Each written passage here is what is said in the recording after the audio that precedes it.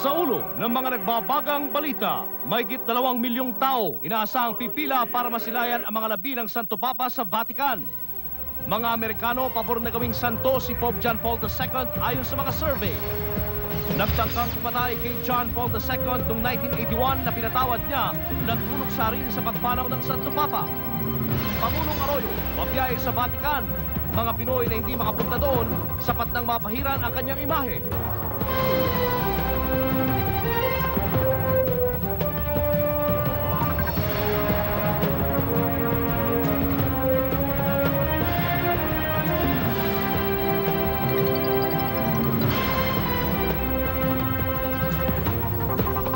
Live mula sa ABS-CBN News Center, Manila, ito ang TV Patrol World! Magandang gabi Pilipinas, ako si Julius Babaw. Ako naman si Karen Davila, kami ang mga patrol ng Pilipino. Nagbabalita at naglilingkod sa inyo saan man sa mundo. Masisilayan na ng publiko simula mamayang alas 11 ng gabi, Manila time, sa St. Peter's Square sa Vatican City, ang mga labi ni Pope John Paul II. Live mula sa Vatican City sa Roma, nagpapatrol si Linda Humilla. Karen, 4 na oras nga mula ngayon ay ililipat na sa Sala Bologna ng St. Peter's Basilica ang mga labi ni Pope John Paul II kung saan inaasahang mananatili ito hanggang sa kanyang libing na inaasahan namang magaganap may 3 hanggang 5 araw mula ngayon.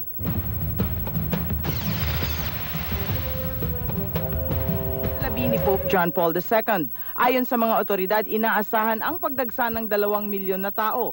Ang pinal na detalye sa libing ng Santo Papa, pati na ang proseso ng pagpili sa kanyang kapalit ay sinimulan na rin talakayin sa General Congregation ng mga Kardinal kaninang alas 4 ng hapon, Philippine Time. Wala pang opisyal na pahayag ang Vatican kung may huling habilin ang Santo Papa sa kanyang libing. Pero karamihan sa naging Pope, inilibing sa St. Peter's Basilica. Gayunman, posible ring hiniling ni Pope John Paul na ilibing siya sa bayang Sinilangan sa Poland. Dito naman sa St. Peter's Square, tuloy pa rin ang vigil para sa kanyang alaala. Maraming nag-alay ng kandila at bulaklak sa obelisk sa gitna ng St. Peter's Square. May iba ring nag-iwan ng sulat, tula at mensahe para sa Santo Papa.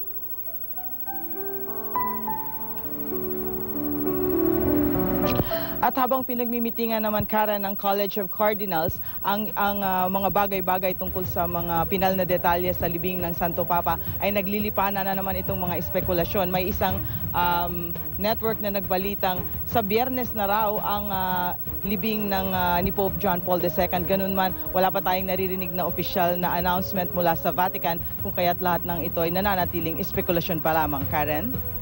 Linda, alam namin na 11 p.m. Manila time magsisimula ang public viewing sa mga labi ng Santo Papa.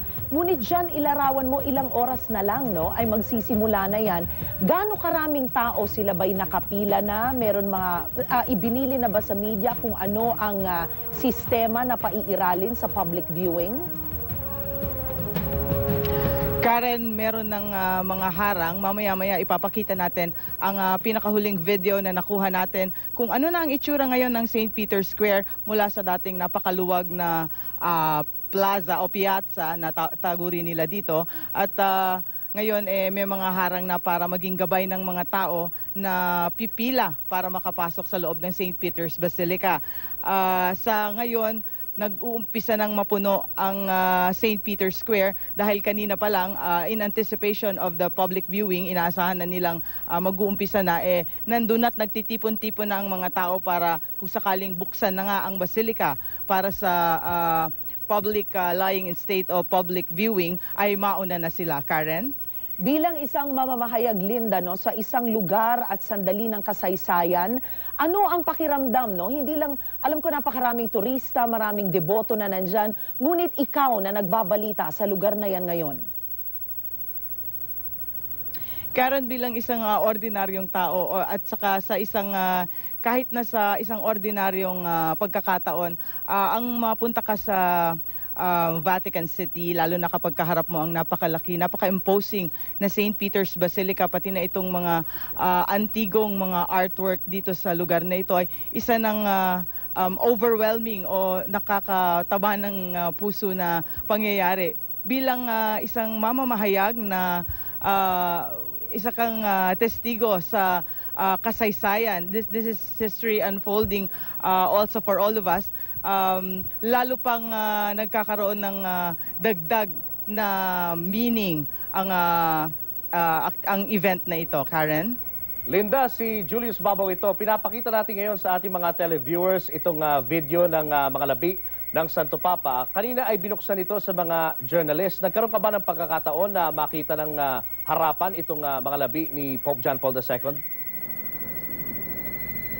Hindi, Julius, dahil sa ating pagkakaalam ay itong Vatican Press Corps lamang ang pinapasok doon. Merong select accreditation para dyan. Ganun man, nakita nga natin na pumasok ang ilan sa mga journalist na inimbitang pumasok doon. At Vatican Television naman, o Vatican mismo, ang magre-release ng video ng pangyayaring yan. Julius? Nabanggit mo rin kanina na sari-sari mga espekulasyon ang naglalabasan dyan dahil nga dito sa napipintong paglibing sa Santo Papa. At meron din nakarating na balita dito, Linda, na ngayong araw daw ay ilalabas itong huling habilin ng Santo Papa, yung kanyang iniwanan na dokumento na naglalaman ng mga bilin niya, kung paano siya ililibing at kung sino yung posibleng pumalit sa kanya. Ito bang balitang ito ay kumpirmado? Julius, tinanong din natin ang ating source na malapit doon sa Vatican tungkol dyan. At sinabi nga niya na inaasahang babasahin sa meeting ng College of Cardinals ang sinasabing last will ni Pope John Paul II. So, masasabi natin na before this o bago ito, wala namang nananatiling espekulasyon itong last will na ito. Pero mukhang ngayon nagkakaroon na nga ng linaw na baka nga merong huling habilin ang Santo Papa, lalo na tungkol sa kanyang libing. Julius? Linda, mapapayo mo ba sa mga kababayan natin na gustong pumunta dyan sa Vatican at masilayan ang mga labi ng Santo Papa? Maipapayo mo ba sa kanila na pumunta dyan sa dami ng mga tao na nagdadagsaan dyan ngayon?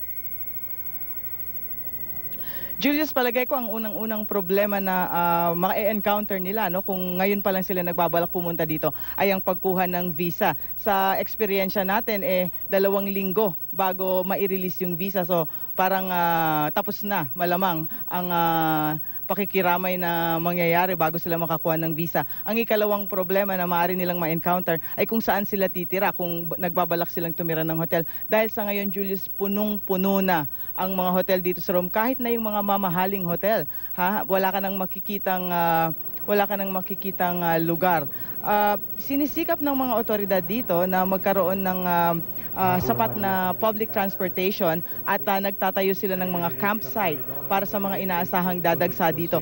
Ganun man, Julius, ito nga ang mga problema na kakaharapin ng sino mang nagbabalak pumunta dito ngayon. Julius? Linda, bago tayo magpaalam, nais ko lang malaman, no, napakaganda ng lugar na kinatatayuan mo ngayon. Para sa marami sa amin na hindi pa nakapunta dyan sa Italy, ilarawan mo ang kinatatayuan mo ngayon at ang sistema ng impormasyon, no, kung paano nila ito ibinibigay sa international media. Karen, ngayon ay nandito tayo kung makikita mo ang background natin ay ang cupola o yung dome ng St. Peter's Basilica. Ang kinatatayuan natin ngayon ay isang building na nasa, kung nakaharap ka sa St. Peter's Basilica, ay nasa bandang kanan nitong St. Peter's Basilica. Pag tumingin ako sa aking kanan, sa kalsada, ay merong maliit na kalye na dire-diretso papunta mismo sa St. Peter's Square. So napakalapit ng kinaroroonan natin ngayon, Karen. Alam kong sistema... Go ahead, Linda. Go ahead, Karen. Yung media ay hindi nakakalapit, no? Merong isang telebisyon na local dito sa Italia na sila lamang ang pinapayagang mag-shoot sa loob ng St. Peter's Square at mag-interview ng mga tao doon.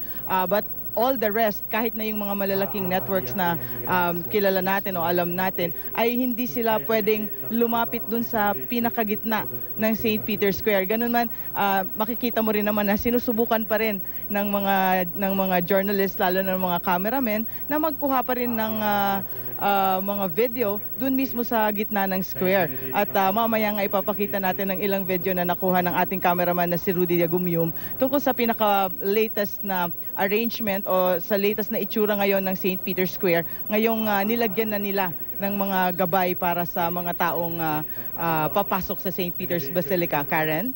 Maraming salamat. Yan po si Linda Humilla, nagpapatrol ng live dyan po sa Vatican City. Pabor ang karamihan sa mga Amerikano na gawing santo si Pope John Paul II. Ayon pa sa survey, marami rin ang naniniwalang isa siya sa pinakadakilang santo papa sa kasaysayan.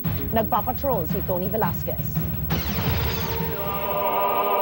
Buong mundo ang nagluluksa sa pagpanaw ni Pope John Paul II. Lahat ay nanghihinayang dahil sa kadakilaan ni Pope John Paul na sa loob ng 26 na taon ay walang kapagurang ipinursige ang kapayapaan ng buong mundo. Kaya naman sa Amerika, mainit din ang usapin kung nararapat gawing santo ang namayapang lider ng simbahang Katoliko dahil sa kanyang di matatawarang papel para sa kapayapaan at payabong ng Katolisismo. Sa mga survey ng CNN, USA Today at Gallup sa Amerika, pabor ang 71% na gawin siyang santo ng simbahang Katoliko. Pero 18% rin ang ayaw. Nang tanungin din ang mga Amerikano kung dapat kilalanin si Pope John Paul II bilang isa sa mga pinakadakilang Santo Papa, 67% rin ang pabor, 31% rin ang nagsabing hindi. Ayon kay Reverend David O'Connell ng Catholic University of America, ang sentimientong ito ng mga Amerikano ay posibleng bunga ng pagiging kontrobersyal din ng Santo Papa at walang takot na pagpanig sa ilang issue o pananaw kahit na ito'y hindi popular. Tony Velasquez, Patrol ng Pilipino. Sa pagpanaw ni Pope John Paul II, isa lang ang tanong ngayon ng halos 1 bilyong Katoliko sa buong mundo. Sino nga ba ang papalit sa kanya at gaano katagal ang paghihintay? Live mula sa Malate, Maynila, nagpapatrol si Mariton Pacheco. Julius, abalaman ang Vatican sa pagluluksa para sa kay Pope John Paul II. Inamin ng Papal Nuncio o ng kinatawan ng Vatican dito na pinaghahanda na rin ang pagpili sa kapalit niya. Ganito raw kasi talaga ang tradisyon ng simbahan. Patuloy ang trabaho nila kahit hindi pa tapos ang pagluluksa. Sisimula ng paghalal sa bagong Santo Papa 20 araw matapos mamatay si Pope John Paul II. Gagawin ito ng tinatawag na College of Cardinals na binubuo ng 117 kardinal sa buong mundo. Tanging mga kardinal na wala pang 80 anyos ang miyembro nito. Pinakamalaki ang delegasyon ng Europa, 58 cardinals. 20 mula sa Italia, 21 naman ang Latin America, 11 sa Africa, Estados Unidos at Asia, at tig-isa ang Australia at New Zealand. Sina Jaime Cardinal Sin at Ricardo Cardinal Vidal ang 2 delegado mula sa Pilipinas. There are, of course, some cardinals who are sick. Perhaps they will not go. Perhaps Cardinal Sin for us in the Philippines will not be able to go. Magpupulong naman ang mga cardinal sa isang conclave sa Sistine Chapel para iboto sa pamamagitan ng balota ang bagong pope. 2/3 na boto ang kailangan para maihalal ang bagong Santo Papa. Isang puting usok mula sa stovepipe ng Sistine Chapel ang magpapahiwatig na may bago ng Santo Papa. It's important in this sense that the Church and the people feel represented in the election of the Holy Father. Sari-sari ang haka-haka kung sino ang susunod na Santo Papa. Pero mismong si Pope John Paul II meron ng lihim na nominado in pectore para pumalit sa kanya. Dahil mahigit sa kalahati ng 1 bilyong Katoliko ay nasa mga bansang third world gaya ng Latin America, Africa at Asia, naniniwala ang ilan na panahon nang dito manggaling ang susunod na Santo Papa. Isa sa mga tinatawag na papabile, salitang Italiano para sa posibleng kandidatong pagka-Santo Papa, ay si Cardinal Francis Arinze ng Nigeria. Kung siyang mapipili, si Arinze ang magiging unang Black Pope sa ating panahon. Matunog din umano ang pangalan ni Cardinal Claudio Humes ng Brazil, kilalang tagapagtanggol ng mga mahihirap.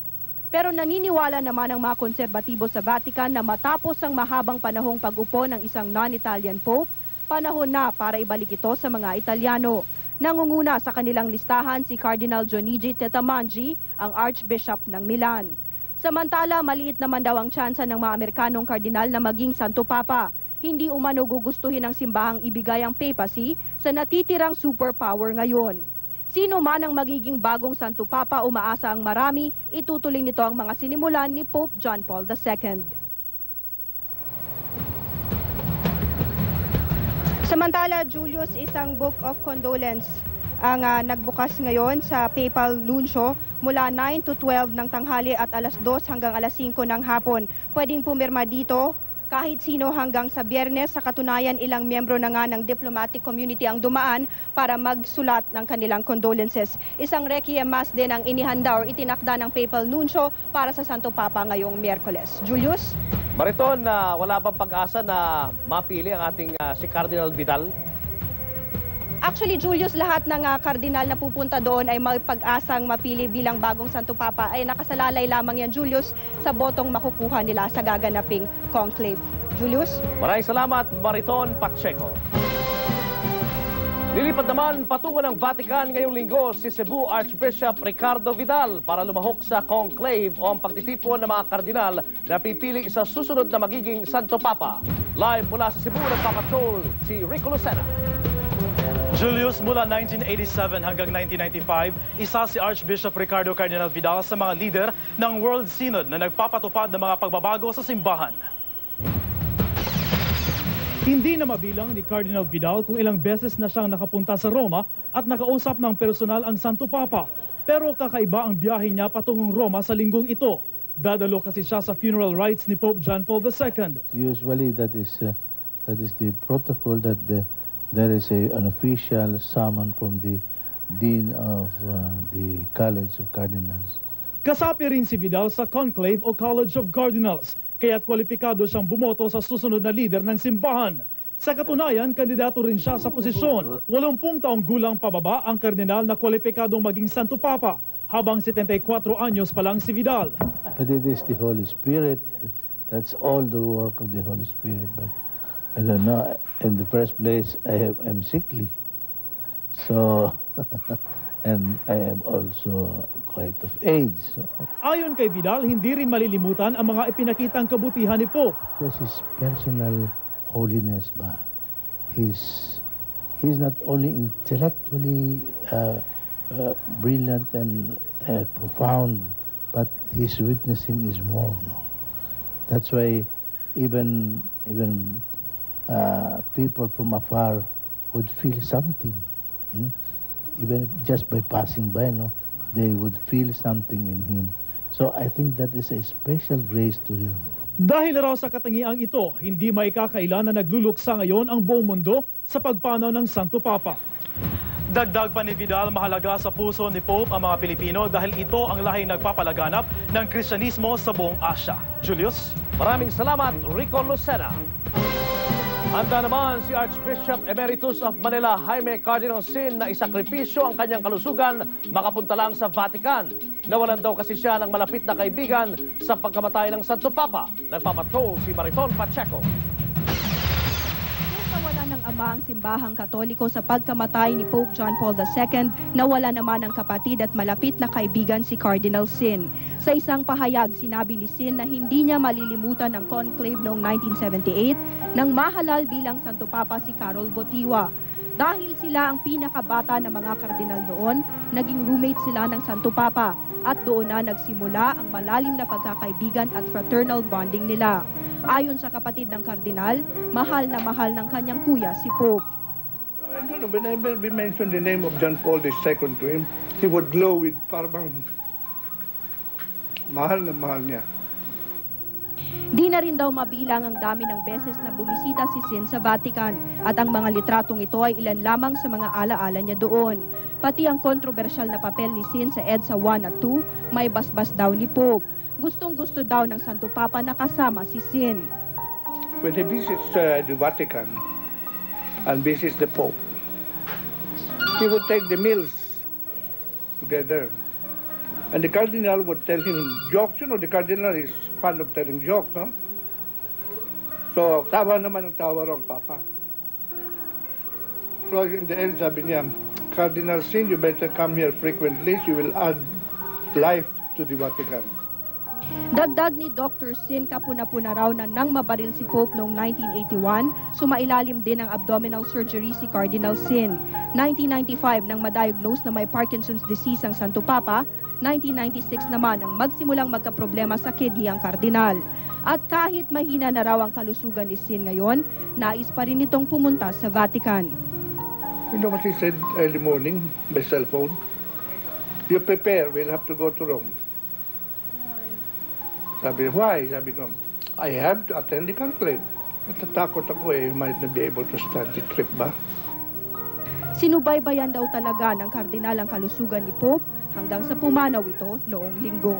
Mariton Pacheco, Patrol ng Pilipino. Susunod ng tangang pumatay kay Santo Papa, nagluluksa na rin.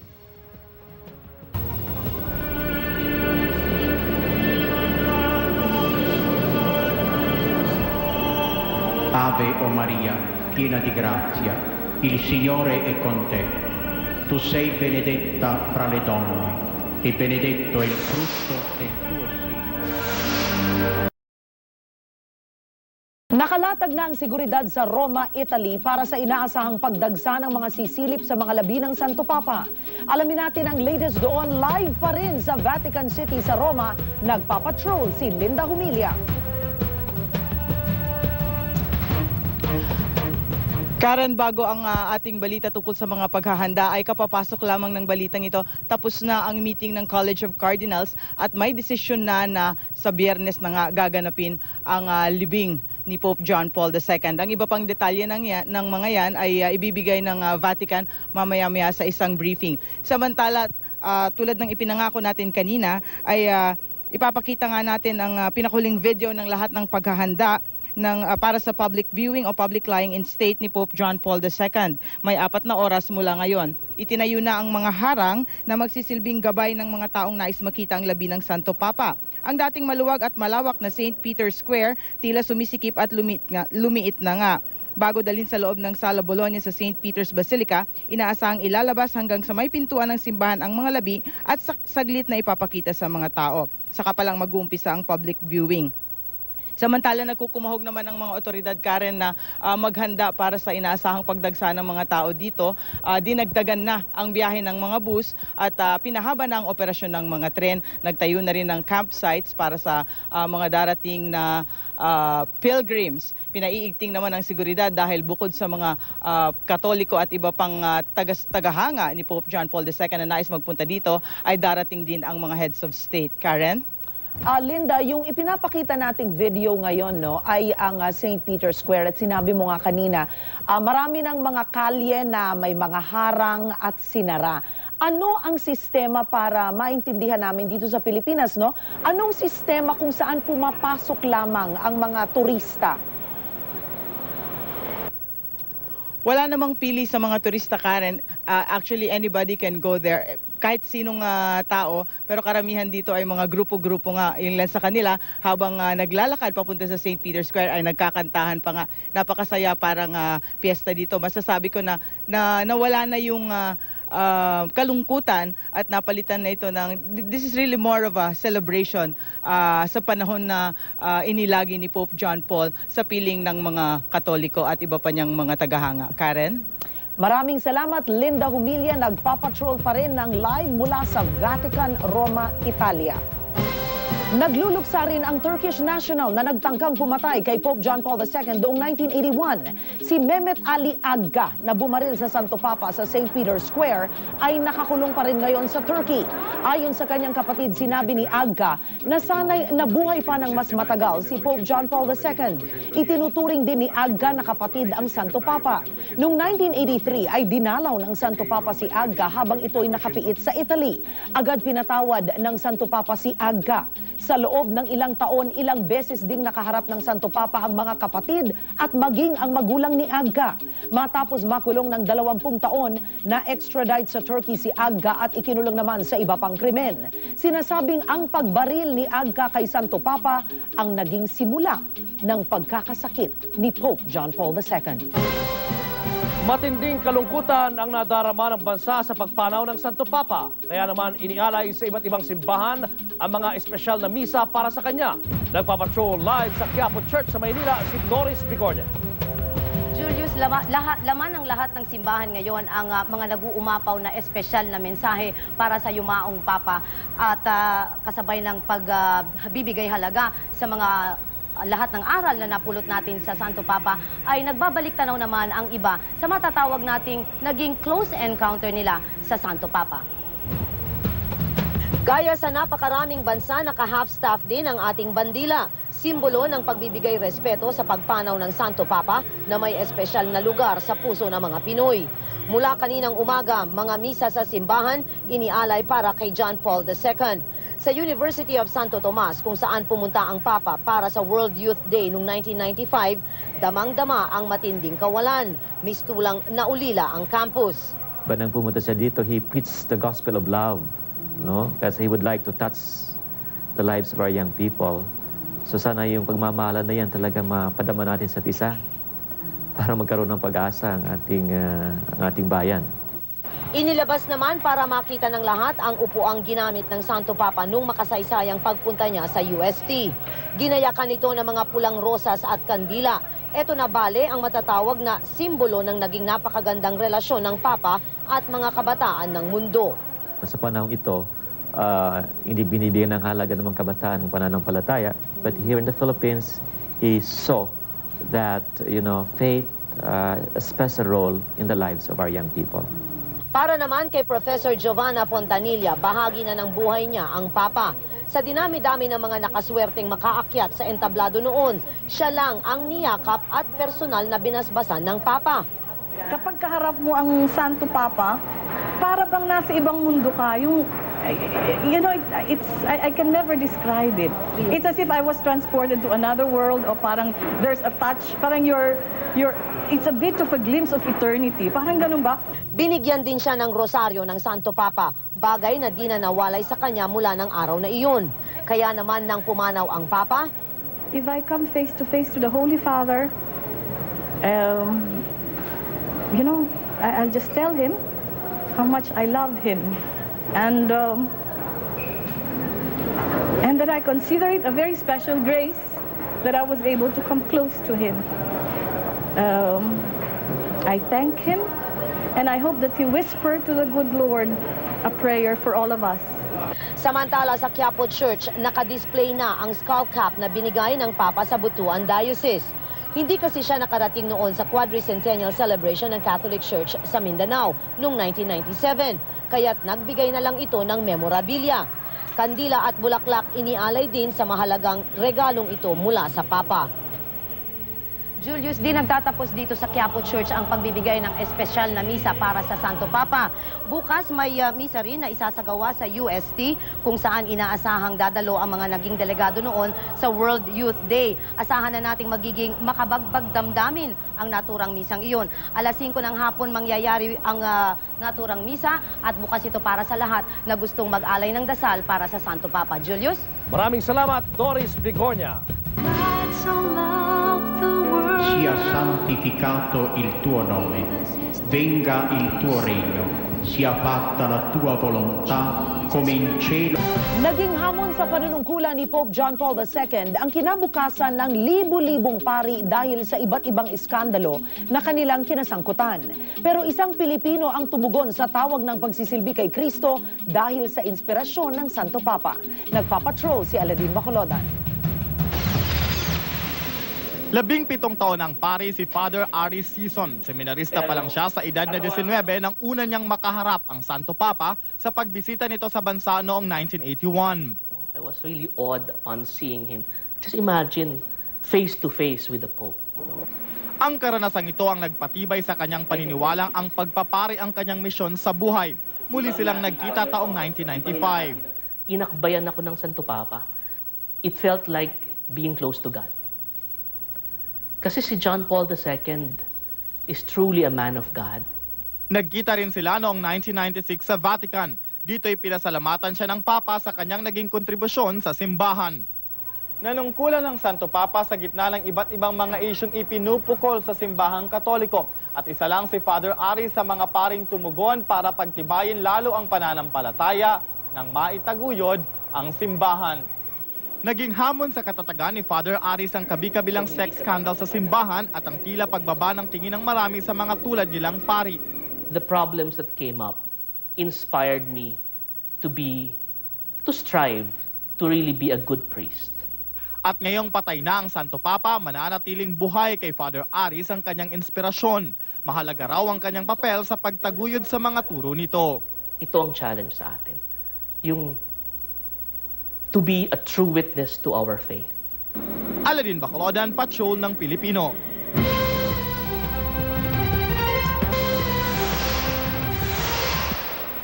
Sa Vatican City na magdiriwang bukas ng kanyang kaarawan si Pangulong Arroyo para magsilbing kinatawan ng Pilipinas sa libing ni Pope John Paul II.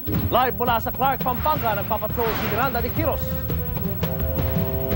Julius, bisperas ngayon ang karawan ng Pangulo pero imbis na mag-celebrate, inihayag niya ang planong pakikiramay sa namayapang Santo Papa.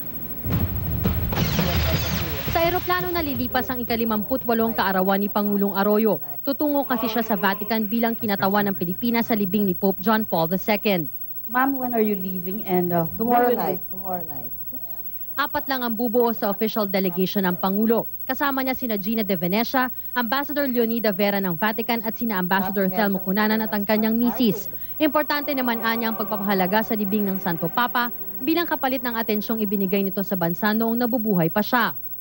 Well, in my visits to the Pope, even before I became president, what always impressed me was that he knew what was happening. Personal ang nararamdamang kawalan ng Pangulo dahil nagsilbing inspirasyon ng Santo Papa sa mga kritikal na yugto ng kanyang buhay. Nabasbasan siya nito noong pinagbubuntis ang bunsong anak na si Dato. Nagkita rin sila noong year 2000 bago siya nagbitiw sa gabinete ni Erap na kinalaunan na ipinalitan din niya bilang Pangulo. Huling pagtatagpo naman nila noong 2003 bago niya i-anunsyo ang pagtakbo sa pagkapangulo. At sa pagkakataong iyon, ang pinarating pa rin ng Santo Papa sa Pangulo ay ang pagmamahal niya sa nag-iisang katolikong bansa sa Asya. Dito na sa Clark magpapalipas ng gabi ang Pangulo. Simpleng misa naman sa Lubawang nakatakda sa birthday niya bukas at balik agad sa Maynila para sa trabaho bago naman lumipad papuntang Vatican bukas ng gabi. Pero sa nakuha naman nating update mula sa Malacanang, maaari umanong maurong pa ang pag-alis ng Pangulo kung hindi sa Miyerkules ng gabi.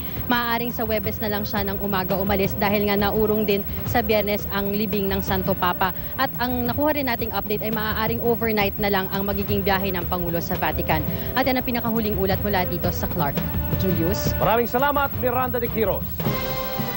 Malakas ang pag-asa ng mga Meksikano na sa kanila manggagaling ang susunod na Santo Papa. Mula sa Mexico, nagpapatrol si Ces Orenia Drilon. Lubos ang pagdadalamhati ng mga Meksikano sa pagpanaw ng Santo Papa dito sa Mexico City.